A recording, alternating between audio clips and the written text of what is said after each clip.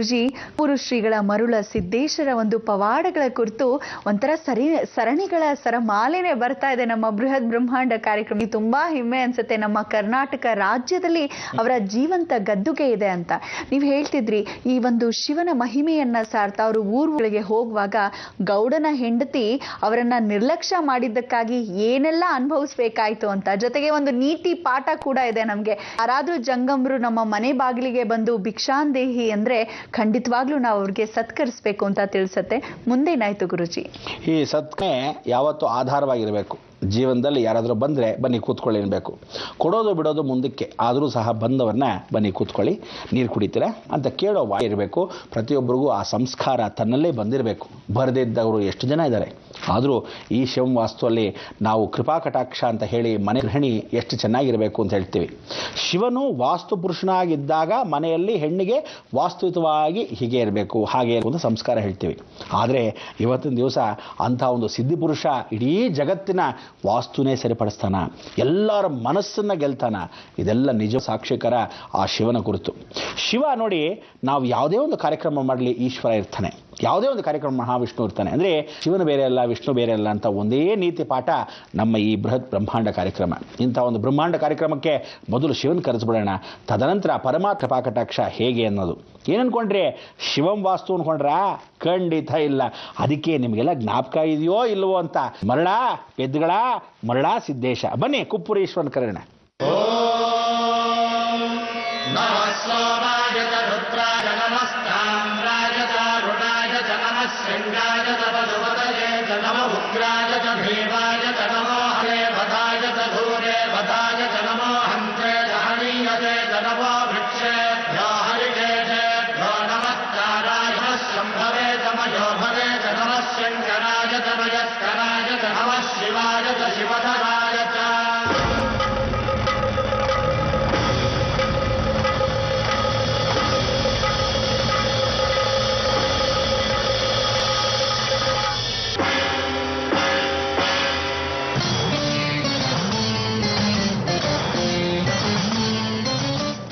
ವೀಕ್ಷಕರೇ, ಬಹಳ ಸಂತೋಷ. ತಾವೆಲ್ಲ ಈ ಒಂದು ವಿಶೇಷವಾಗಿರ್ತಕ್ಕಂಥ ಕಾರ್ಯಕ್ರಮ ನಿಮ್ಮೆಲ್ಲರ ದೈವಾನುಗ್ರಹ ಭಕ್ತಪ್ರಿಯರೇ.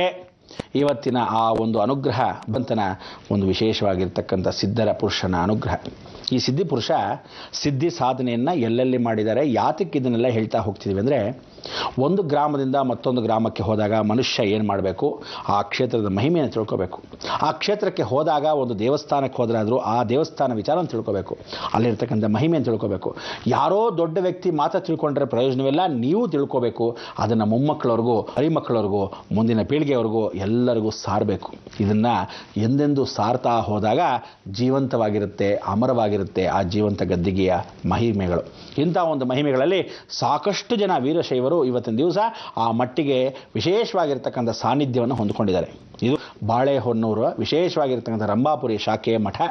ಇಲ್ಲಿ ಜೀವಂತ ಗದ್ದಿಯಾಗಿರ್ತಕ್ಕಂಥ ಮರಳಸಿದ್ದೇಶ್ವರನ ವಾಸವಾಗಿರ್ತಕ್ಕಂಥ ಕ್ಷೇತ್ರವೇ ಕುಪ್ಪೂರು. ಈ ಕುಪ್ಪೂರು ಚಿಕ್ಕನಾಯಕನಹಳ್ಳಿ ಹತ್ತಿರ ಇರತಕ್ಕಂಥ ವಿಚಾರ.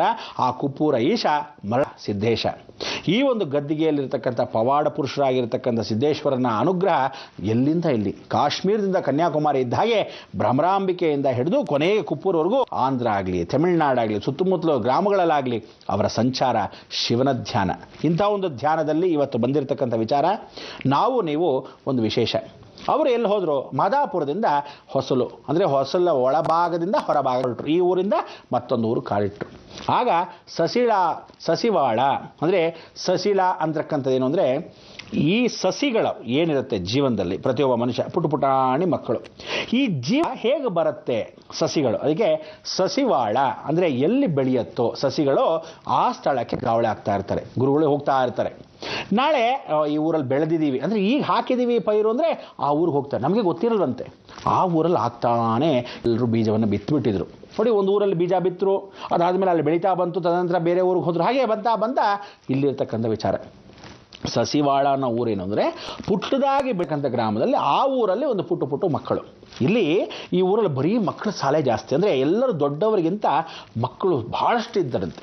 ಸಸಿವಾಳ ಅನ್ನೋ ಗ್ರಾಮಕ್ಕೆ ಇವರು ಕಾಲಿಟ್ಟರು. ಭಾಳ ಸಂತೋಷ. ಈ ಊರಿಗೆ ಹೋಗ್ತಾ ಇದ್ದ ಸಮಯದಲ್ಲಿ ಅಲ್ಲಿರ್ತಕ್ಕಂಥ ಮಲ್ಲೇಗೌಡರು ಅನ್ನೋ ಒಂದು ಊರು. ಇವರು ಸಾಕಷ್ಟು ಬಾವಿಗಳನ್ನು, ಅವರ ಒಂದು ವಿಶೇಷವಾಗಿ ಸಸಿಗಳನ್ನು ದಾನ ಮಾಡ್ತಿದ್ರಂತೆ. ಆದರೆ ಜೊತೆಗೆ ನೀರು ಕೊಡಬೇಕು ಅಂತ ಇವ್ರು ಏನು ಮಾಡ್ತಿದ್ರು, ಬಾವಿಗಳನ್ನು ತೋಡಿಸೋಣ ಅಂಥೇಳಿ ಆ ಬಾವಿಗೆ ಒಂದು ವಿಶೇಷವಾಗಿರ್ತಕ್ಕಂಥ ಆಚರಣೆ. ಅಂದರೆ ನಾವು ಈ ಕಾಲ ಕೆರೆಯಾಲ್ ಅಂತೀವಲ್ಲ, ಆ ಕಾಲದಲ್ಲಿ ಇವ್ರ ಮನೆ ಎತ್ತರ ಸ್ಥಾನದಲ್ಲಿತ್ತು. ಮಲ್ಲೇಗೌಡರ ಮನೆ ಎತ್ತರವಾಗಿತ್ತು. ಆ ಗುಡ್ಡ ಎತ್ತರವಾಗಿದ್ದ ಎಲ್ಲಿ ನೀರು ಹಾಕ್ತೀವೋ ಹಾಗೇ ಜಾರ್ಕೊಂಡು ಹೋಗುತ್ತಲ್ಲ. ಸರಿ ಆಯಿತು, ಇದು ಒಂದೊಂದಾಗಿ ಚಾನಲ್, ಆ ಕಾಲದಲ್ಲಿ ನಾವು ಇವಾಗ ಚಾನಲ್ ಅಂತೀವಲ್ಲ, ಆ ಕಾಲದಲ್ಲಿ ಅದೊಂದು ತೊರೆಯಾಗಿ ಮಾಡಿಕೊಟ್ರು. ಹಳ್ಳ ಮಾಡಿಕೊಟ್ರೆ ಇದು ಅಲ್ಲಿಗೆ ಹೋಗುತ್ತೆ. ಬಾವಿನ ಏನು ಮಾಡೋಣ, ಒಂದು ತೊರೆಯಲ್ಲಿ ಹಾಗೆ ನೀರು ಬಿಟ್ಬಿಡೋಣ, ತೆಗೆದು ಅಂತ. ಅದಕ್ಕೆ ಏತ ಮಾಡ್ತೀವಿ ನೋಡಿ, ಹೀಗಂದು ನೀರು ಎತ್ತಿದಾಗ ಅದು ಹಿಂಗೆ ತಳ್ತಾ ಇತ್ತು, ಅದರೊಳಗೆ ಹೋಗ್ತಾರೆ. ಎಲ್ರಿಗೂ ಸಸಿಗಳನ್ನು ದಾನ ಕೊಡ್ತಾ ಇದ್ರು. ಅಲ್ಲೇ ರೀತಿಯಾಗಿ ಇದೇ ಊರಿನಲ್ಲಿ ಎಲ್ಲರನ್ನೂ ಕರೆದು ಪ್ರಾರ್ಥನೆ ಮಾಡಿಕೊಂಡು ಒಂದು ಬಾವಿಯನ್ನು ತೋಡೋಣ. ಸರಿ, ಒಂದು ಬಾವಿಯನ್ನು ತೋಡಿದ್ರು, ಒಣಗೋಯ್ತು. ಸರಿ, ಇನ್ನೊಂದು ಬಾವಿ ಎಲ್ಲ ತೋಡೋಣ, ಇನ್ನೊಂದು ಬಾವಿಯನ್ನು ತೋಡಿದ್ರು, ಅದು ಒಣಗೋಯ್ತು. ಮತ್ತೊಂದು ಬಾವಿಯನ್ನು ತೋಡಿದ್ರು, ಅಲ್ಲೂ ಒಣಗೋಯ್ತು. ಹೀಗೆ ತೋಡ್ತಾ ಒಂದು ಏನಪ್ಪ ಅಂದಾಗ ಹೀಗೆ ಕೂತ್ಕೊಂಡು ಯೋಚನೆ ಮಾಡ್ತಾ ಬೇಜಾರಾಗಿದ್ದರು. ನಾವೆಲ್ಲವನ್ನೂ ಕೊಟ್ಟಿದ್ದೀವಿ, ನೀರಿಲ್ಲದೆ ಏನು ಬೆಳೆಯೋಕ್ಕಾಗಲ್ಲ ಅಂತ ಕೂತ್ಕೊಂಡಿದ್ದಾಗ ಜಗದೀಶ್ವರ ಆ ಭಕ್ತರಿಗೆ ಮೆಳ್ತಾ ಅಂತಕ್ಕಂಥ ವಿಚಾರ. ಹೇಗೆ? ಮಲ್ಲೇಗೌಡರು ಸಾಕ್ಷಾತ್ ಈಶ್ವರನ ಭಕ್ತರು, ಪರಮ ಭಕ್ತರು. ಬೆಳಗ್ಗೆ ಎದ್ದ ತಕ್ಷಣ ತುಂಬೆ ಹೂಗಳನ್ನು ಸಾಕಷ್ಟು ಎತ್ಕೊಂಡು ಹೋಗಿ ಏನು ಮಾಡ್ತಾರೋ ಬಿಡ್ತಾರೋ ತುಂಬೆ ಹೂಗಳನ್ನ ತೊಗೊಂಡೋಗಿ ಆ ಈಶ್ವರನ ಲಿಂಗದ ಮೇಲೆ ಇಟ್ಟು ಅಭ್ಯಾಸ, ಮೊದಲಿಂದ ಅಭ್ಯಾಸ. ಇಡೋರು ದಾನ ಮಾಡೋರು ಬರೋರು ಇಷ್ಟೇ ಮಾಡ್ತಿದ್ದು. ಸರಿ ಆಯಿತು, ಬೆಳಗ್ಗೆನೂ ಹೋಗಿದ್ದಾರೆ, ತುಂಬೆ ಹೂ ಇಟ್ಟಿದ್ದಾರೆ, ನೆಟ್ಟಿಗೆ ಬಂದಿದ್ದಾರೆ. ಬಂದು ಕೂತ್ಕೊಂಡು ಯೋಚನೆಯಲ್ಲಿ ಕೂತ್ಕೊಂಡಾಗ ಸಿದ್ಧಿಟ ಹಬ್ಬ ಪ್ರಕಟವಾದರು. ಹಾಗೆ ನಡ್ಕೊಂಡು ಬರ್ತಾ ಇದ್ದಾರೆ. ಶಿಶುವಾಳ ಊರಿಗೆ ಬರಿತಾ ಇದ್ದಾರೆ.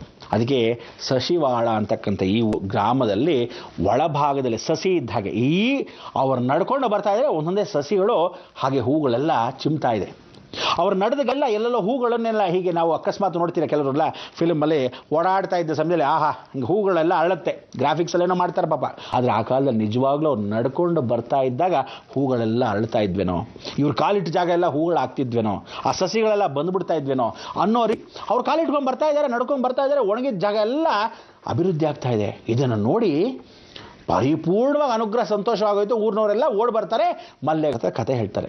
ಮಲ್ಲೇಗೌಡ್ರೆ ಯಾರೋ ಮಹಾಪುರುಷ ಬರ್ತಾ ಇದೆ, ಸಿದ್ಧಪುರುಷರು, ಎಷ್ಟು ಚೆನ್ನಾಗಿದೆ, ಅವ್ರು ನಡ್ಕೊಂಡು ಬರ್ತಾ ಇದ್ರೆ ಎಲ್ಲವೂ ಅರಳ್ತಾ ಇದೆ, ಗೊತ್ತಿಲ್ಲ ಏನೋ ಮಹಾನ್ ಚೇತನ ಇದೆ ಅವರಲ್ಲಿ, ಬನ್ನಿ ಹೋಗೋಣ. ಭಾಳ ಸಂತೋಷ. ಬರ್ತಾರೆ, ಅವ್ರನ್ನ ಕೇಳೋಣ, ನಮ್ಮಲ್ಲಿ ನೀರು ಬರ್ತಾ ಇಲ್ವಲ್ಲ, ಎಷ್ಟೋ ಬಾವಿಗಳು ಮಾಡಿದ್ದೀವಿ ಆದರೂ ಬಾವಿ ನೀರಿಲ್ವಲ್ಲ. ಸರಿ ಆಯಿತು ಹೇಳ್ತಾರೆ.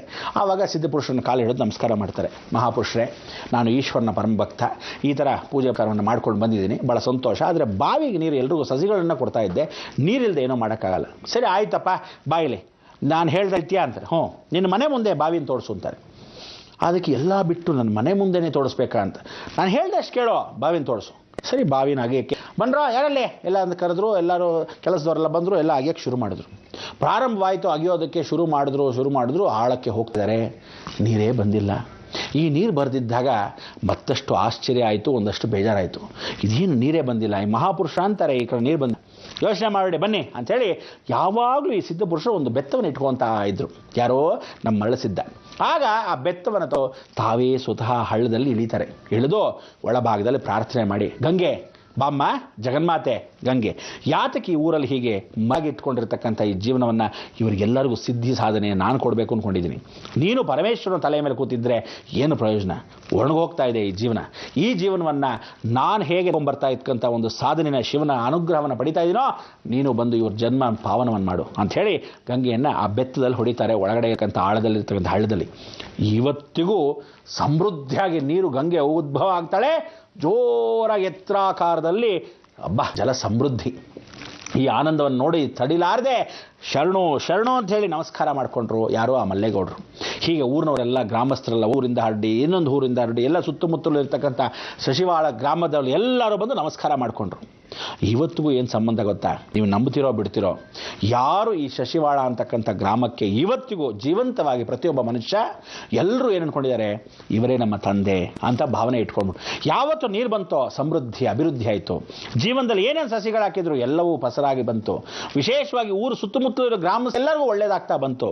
ನಿಜವಾಗೂ ಶಿವಭಕ್ತನಾಗಿರ್ತಕ್ಕಂಥ ಮಲ್ಲೇಗೌಡರಿಗೆ ಬಹಳಷ್ಟು ಸಂತೋಷ ಆಗಿ ಊರಲ್ಲೇ ಡಂಗುರ ಸಾಗಿ, ಭಗವಂತ ಇಂಥ ಒಂದು ಊರಲ್ಲಿ ಇನ್ನೊಮ್ಮೆ ಎಲ್ಲರೂ ಸಿದ್ಧಪುರುಷರಾಗಿರ್ತಕ್ಕಂಥ ಈ ಮರಳಸಿದ್ದೇಶ್ವರನ ಒಂದು ನಾಮಾಂಕಿತ ನಮ್ಮ ಊರಲ್ಲಿ ಯಾವತ್ತಿರಬೇಕು ಅಂಥೇಳಿ ಇಲ್ಲೇ ಇದ್ದು ಬಿಡಿ ಅಂತ ಹೇಳ್ತಾರೆ. ಕಾಲಾಯ ತಸ್ಮೈ ನಮಃ. ಒಂದು ಊರು ಬಿಟ್ಟು ಒಂದು ಊರಿಗೆ ಹೋಗ್ತಾ ಇರಬೇಕು, ಆದರೂ ಸಹ ನಿಮ್ಮೂರಲ್ಲಿ ಒಂದಷ್ಟು ದಿವಸ ತಂಗಿ ಶಿವನ ಪೂಜೆಯ ಪುನಸ್ಕಾರವನ್ನು ಮಾಡ್ತೀನಿ ಅಂದರು. ಆದರೆ ಅವತ್ತಿನಿಂದ ಯಾರೇ ಆಗಲಿ ಇವತ್ತಿಗೂ ಆ ಊರು ಜೀವಂತವಾಗಿದೆ. ಇವತ್ತಿಗೂ ಎಲ್ಲರೂ ಬರ್ತಾರೆ. ಭಾಳ ಜನ ಅವ್ರ ಮನೇಲಿ ಒಂದು ಮಗು ಹುಟ್ಟುತ್ತಾ, ಅದಕ್ಕೆ ಸಸಿ ಅಂತ ಕರಿತೀವಿ, ಪುಟ್ಟ ಪುಟ್ಟ ಸಸಿ ಅವ್ರ ಮನೇಲಿ ಹುಟ್ಟುತ್ತಾರೆ. ಬಂದ ತಕ್ಷಣ ಗಂಗೆ ಪೂಜೆ ಮಾಡ್ತಾರೆ. ಅದೇ ಗಂಗೆ ಇವತ್ತು ಮಲ್ಲೇಗೌಡರ ಮನೇಲಿ ನೀರು ಸಮೃದ್ಧಿಯಾಗಿದೆ. ನೀರು ನೋಡ್ಬೋದು ನೀವು.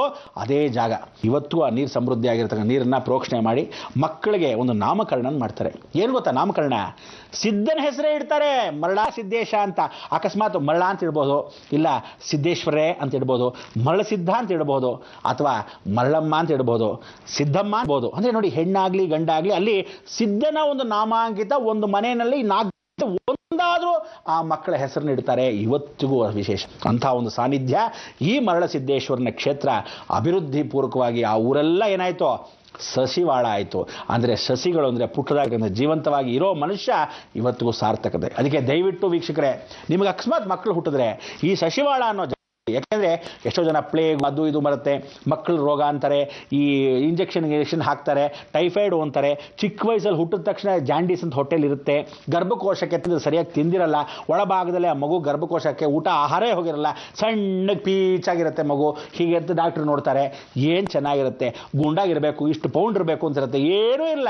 ಅಂಥ ಮಕ್ಕಳೆಲ್ಲ ದಯವಿಟ್ಟು ಚೆನ್ನಾಗಿ ಜೀವಂತವಾಗಿರಬೇಕು, ಭಾಳ ಚೆನ್ನಾಗಿ ಅಭಿವೃದ್ಧಿ ಪಡಬೇಕು. ಇಂಥ ಒಂದು ಸಿದ್ಧಿ ಸಾಧನೆ ಆಗಬೇಕು ಅಂದರೆ ನೀವು ದಯವಿಟ್ಟು ಆ ಶಿಶುವಾಳಕ್ಕೆ ಹೋಗಿ ಗಂಗೆ ಪೂಜೆಯನ್ನು ಮಾಡಿಕೊಂಡು ಮರಳ ಸಿದ್ದೇಶ್ವರನ ಕ್ಷೇತ್ರ ಕುಪ್ಪೂರಿಗೆ ಆ ನಾಮಕರಣವನ್ನು ಸಿದ್ದೇಶ್ವರನ ಹೆಸರಲ್ಲಿ ಒಂದಾದರೂ ಇಡಿ. ಅಂದರೆ ಅರ್ಥ ಏನು ಅಂದರೆ, ಜೀವನ ಇರೋವ್ರಿಗೂ ಎಲ್ಲರೂ ದೇವರ ಹೆಸರುಗಳನ್ನು ಅಕಸ್ಮಾತ್ ಮಕ್ಕಳಿಗೆ ಕರಿತಾ ಮನೆಯಲ್ಲೂ ದೋಷಗಳು ಹೋಗುತ್ತೆ. ಕರಿತಾ ಸಿದ್ದೇಶ್ವರನ ಒಳ್ಳೇದಾಗತ್ತೆ.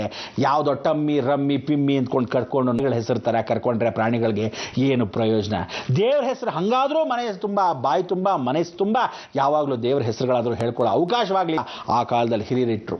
ಇಂಥ ಒಂದು ಸದಾವಕಾಶ ಆ ಕಾಲದಲ್ಲೇ ನಮ್ಮಂತೆ ಎಲ್ಲ ಮರಳಿಗೆ ಸಿದ್ಧಿ ಸಾಧನೆ ಕೊಟ್ಟಿರ್ತಕ್ಕಂಥ ಸಿದ್ದೇಶ್ವರರು ನಿಜಕ್ಕೂ ಧನ್ಯ ಅಂತ ಈ ಮುಖಾಂತರ ಹೇಳ್ತಾ ಇದ್ದಾರೆ.